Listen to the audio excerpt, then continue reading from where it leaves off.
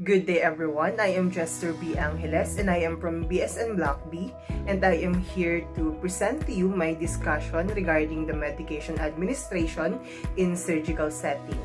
So let's get started. The first topic will be nurse's role and responsibility in medication administration, pre- and post-operative.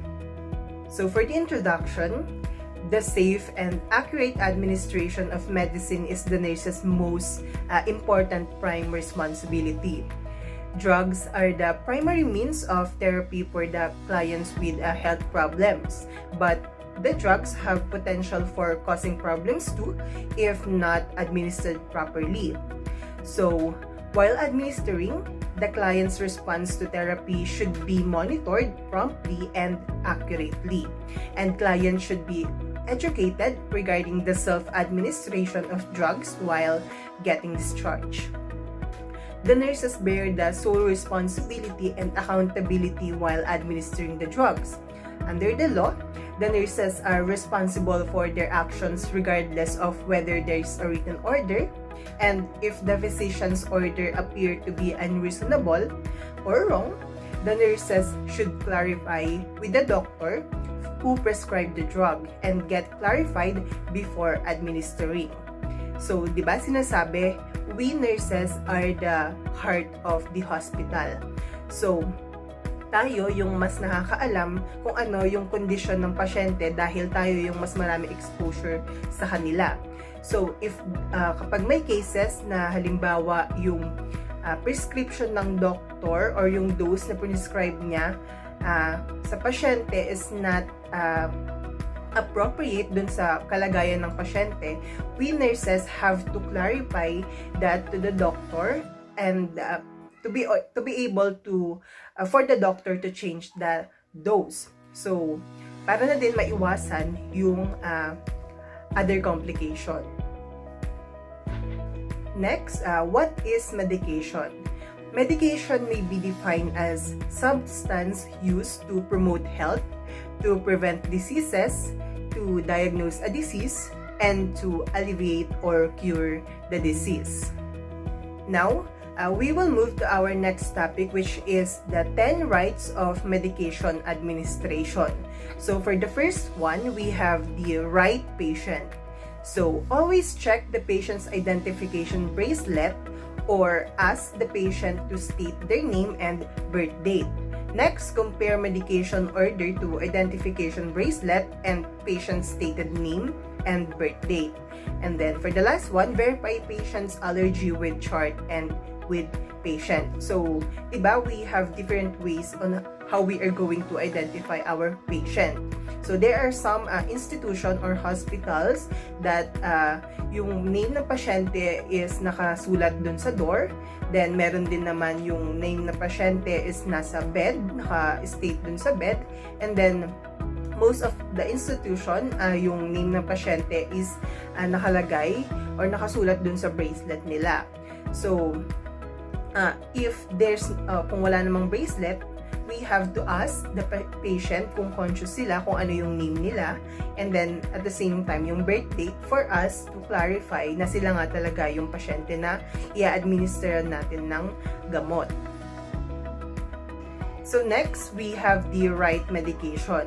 So perform a triple check on medication's label. So number 1, when retrieving the medication. Number 2, when preparing the medication. And for the number 3, before administering medication to the patient. So for us to be able to absolutely sure na tama yung i-administer natin na medication, we have to triple check. So yun nga, when retrieving the medication, when preparing the medication, and before administering the medication. Next, always check the medication label with the physician's order. So yun, isa pa way para maging sure tayo na tama yung medication na i-administer natin is that i-check natin yung label at saka yung prescription na naka-state dun sa chart. And then next, never administer medication prepared by others. So, kahit na best friend mo yan, kahit na kapamilya mo yan, kahit na pinakamalapit na kaibigan mo, kahit na boyfriend or girlfriend mo yan, don't ever administer medication prepared by others. Kasi there's a possibility na paano kung mali or kulang or hindi tama yung pag-prepare niya dun sa medication, tapos in-administer mo dun sa patient, tapos nagkaroon ng problem, di ba? Sa'yo yung sisi kasi ikaw yung nag-administer. Then next, never administer medication that is not labeled. So yun nga, mahirap naman kasing umasa kung walang label, di ba? Next, we have the right dose. Check label for medication concentration. Number 2, compare prepared dose with medication order. Next, triple check all medication calculations. And then next, check all medications calculation with other nurse. Then next, verify dosage that is within appropriate dose range for patient and medication. So when it comes to the right dose naman, we have to triple check the medication calculation. So dapat tama yung pagka-calculate natin ng medication para maiwasan natin yung problems. And then we have to compare yung na-prepare natin na dose dun sa prescription ng doktor na naka-indicate or nakasulat dun sa chart. So next, we have the right time. Verify schedule of medication with order. Number 1, date. Number 2, the time. Number 3, the specified period of time. And then we have to check last dose of medication given to patient. And then administer medication within 30 minutes of schedule. So we nurses, we have to verify kung kailan tayo mag-administer ng gamot at kung kailan kung gaano katagal yung pag-administer natin ng gamot. So yon, naka-state dito na within 30 minutes daw dapat na-administer na natin yung gamot sa patient. So next, we have the right route. So major routes of administration are the following: enteral route, parenteral route, inhalational, transdermal, and then the topical route. So we have to verify medication route with medication order before administering. And we have to remember that medication may only be administered by a route specified with the order that is written in the chart. Next, we have the right education. Inform patient of medication being administered. Then next, inform patient of the side effect of medication. And then next, inform patient of side effects of medication. And then ask patient if they have any known allergies to medication. So bilang nurse, dapat magaling tayo sa pag-health teaching dun sa patient. So at magaling din tayo sa pag-i-inform kung ano yung mga dapat gagawin sa pasyente. So yun nga, dapat i-inform natin sila kung ano yung medication at kung para saan yun na i-administer natin sa kanila. And then we have to inform kung ano yung magiging effect nun sa katawan nila at kung ano yung maaaring maging side effects na maramdaman nila throughout the medication process. So next, we have the right to refuse. The legally responsible party or the patient, parent, guardian, family member, etc. for patient's care has the right to refuse any medication. So yon, yung pasyente meron siyang right na mag-refuse ng kahit anong medication. Kasi dahil siguro against dun sa paniniwala nila or pwedeng ayaw niya lang talaga. So di ba, merong religion or merong organization na naniniwala or ayaw nilang magpa-blood transfusion kasi naniniwala sila na yung dugo is very dapat very clean yan. Dapat hindi mahaluan ng kahit na anong dugo na galing sa kahit na anong nilalang dito sa mundo kasi naniniwala sila na holy yun, yung dugo. So hindi sila nagpapa-blood transfusion. So we nurses have to respect their paniniwala and ang magagawa na lang natin is to state to them the consequences na maaari nilang ma-encounter dahil nga nag-refuse sila dun sa medication.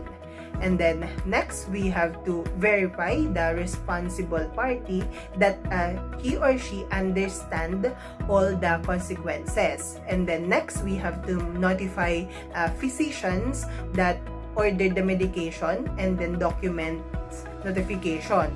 And then next, document refusal of medication and that responsible party understands all the consequences. So next, we have the right assessment. Before we administered medication to the patient, we have to properly assess the patient and test to determine if medication is safe and appropriate. And then if deemed unsafe or inappropriate, notify ordering physician and document the notification. Then next, document that medication was not administered and the reason that dose was skipped. So there are some cases na hindi appropriate yung medication na prescribe ng doctor based dun sa assessment na ginawa. So we have to notify the physician for them to change their prescription. The next, we have the right evaluation. So assess patient for any side effects, assess patient for effectiveness of medication, and then compare patient's prior status with a post-medication status, then document patient's response to medication. So for the last one, we have the right documentation. So never document before medication is administered dahil ang pagdo-document is usually after all the procedure you have made to the patient. And then the things you have to document are first, the medication, 2, the dose, 3, the route, 4, the date and the time, and then 5, your signature and then credentials, and then number 6, when appropriate, signature of other nurse checking medication. Now we will move to preoperative medication. So for the overview, one of the important events during the preoperative phase of the surgical experience is the administration of preoperative medications. Not only are anesthetics are administered during this time, but so as drugs that minimizes respiratory tract secretions. Medicating the client pre-procedure to reduce anxiety and promote relaxation may also be necessary. Next, we have the medication history. Before discussing about the preoperative medication that are used, the nurse should obtain a medication history. So, this eliminates the possible life-threatening effects of drug interactions and allergic reactions to certain medication. During a medication history, the following are done. So, first, document any medication the patient is using or has used in the past, including over-the-counter preparation and then the frequency with which they are taken. Next, the anesthesiologist evaluates the potential effects of prior medication therapy and consider the length of time the patient has used the medications, the patient himself, and the nature of the proposed surgery. After obtaining a medical history, now we will move to the medications that cause particular concern before the surgery. And these are the following. So the first one is the adrenal corticosteroids. So do not discontinue these drugs abruptly before the surgery, because if discontinued abruptly, the patient may suffer from cardiovascular collapse. Next, the diuretics. So during anesthesia administration, thiazide diuretics may cause excessive respiratory depression from an associated electrolyte imbalance. Next, we have the phenothiazines. This medication may increase the hypotensive action of anesthetics. Then next, the antidepressant. Just like the phenothiazines, these drugs have a hypotensive effect on the patient, and monoamine oxidase inhibitor or the MIOIs increase the hypotensive effects of the anesthetics. Then next, we have the tranquilizers. If medications such as diazepam, barbiturates, and or chlordiazepoxide are withdrawn suddenly, anxiety, tension, and even seizures may result. Then next, insulin. When a patient undergoing a surgery is diabetic, or when the patient undergoing a surgery is diabetic, interaction between anesthesia and insulin must be considered. So, next medication that we have to consider are the antibiotics. So, neomycin, kanamycin, and other mycin drugs may present problems when these medications are being combined with a curative-form muscle relaxation. So, interruption of nerve transmission may occur, and apnea due to the respiratory paralysis may result when these drugs are combined. So next, these are the commonly used preoperative drugs. So yun, the tranquilizers, sedatives, analgesic, anticholinergics, and then the histamine H2 receptor antagonists. So now we will discuss the pharmacokinetics of the pre-anesthetic medication that I mentioned earlier that is commonly used in the preoperative patient. So the first one is the barbiturates or the tranquilizer or the sedatives. So these medications are commonly used for sedation. However, a visit to the client before the surgery has a more reassuring and calming effects than barbiturates. So, hypotonics are usually prescribed the night before the surgery to allay insomnia. So, drugs under the classification are the pentobarbital or the nembutal, secobarbital or the seconal sodium, and then the benzodiazepam as hypotonics such as flurazepam and then diazepam. So the next medication that are commonly used in preoperative patient is the opioids. So the use of this medication is to reduce the amount of general anesthetic required. Opioid medication may be prescribed before an operation. Aside from that, this medication can also be given to produce analgesia in patients who have pain prior to surgery. However, it is important to know that doses of analgesic may depress the respiration and cough reflex, not to mention the risk of respiratory acidosis and aspiration pneumonitis. Full doses of these medications may result to unpleasant effects such as hypotension, nausea, and vomiting, and constipation, and also abdominal distension. So these are some examples of opioid drugs.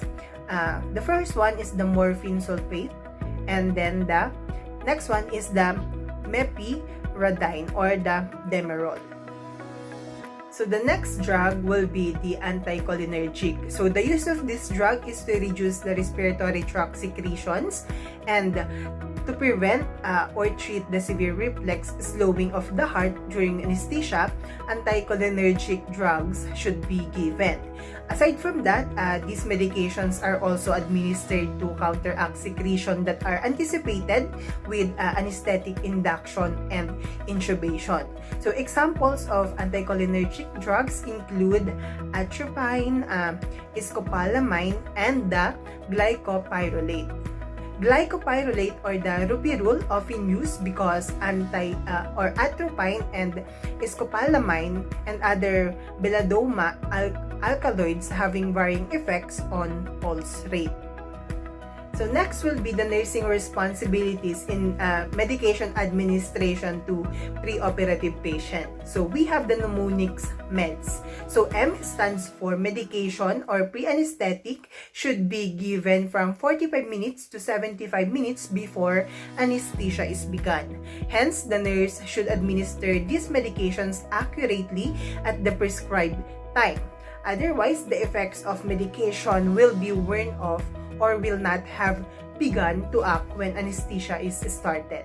So E stands for encourage the patient to remain in bed with side rails up because the medication will cause lightheadedness and drowsiness.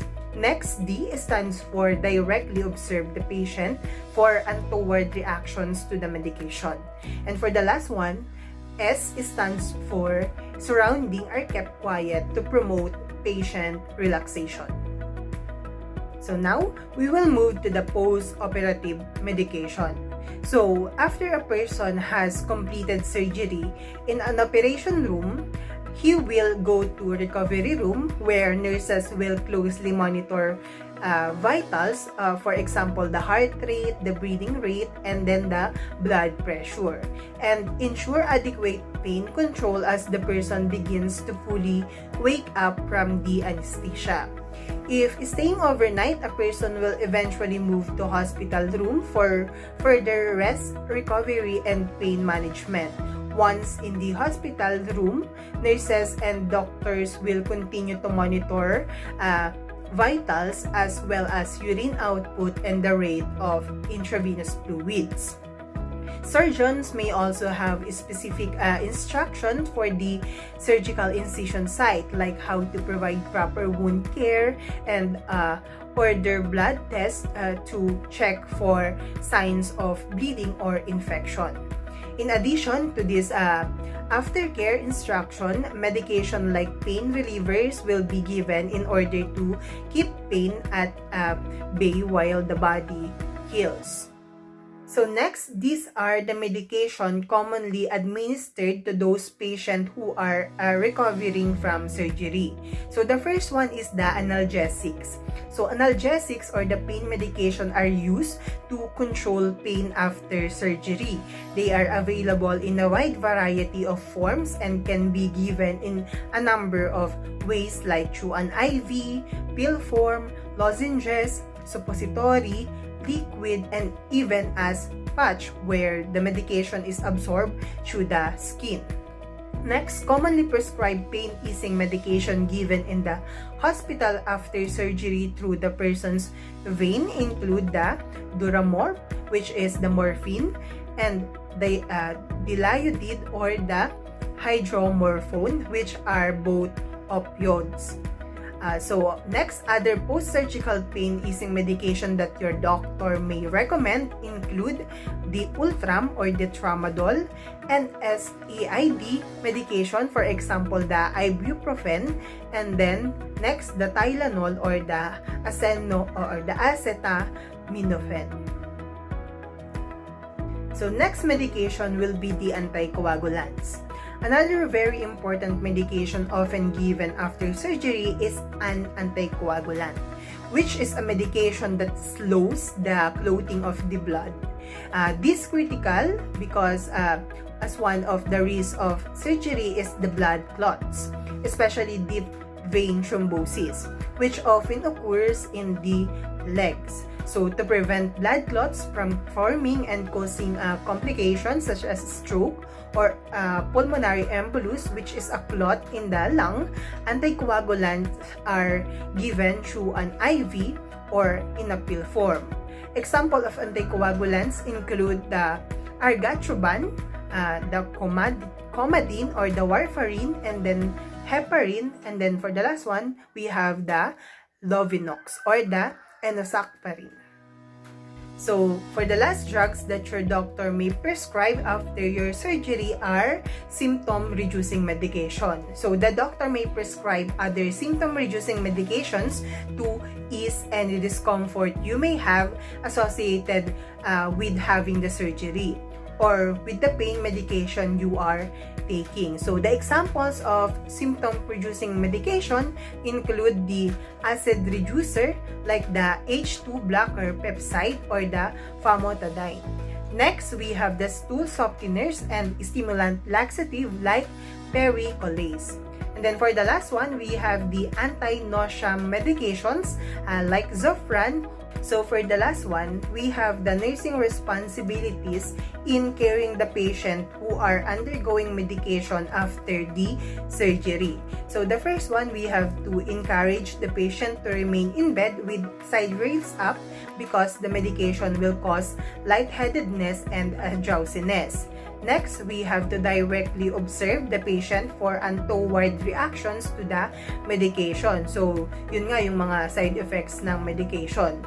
And then for the last one, surrounding are kept quiet to promote patient relaxation. So, for the patient to relax and for them to have a appropriate rest and sleep, we have to make sure that the surrounding or the room are quiet for them to fasten their recovery. So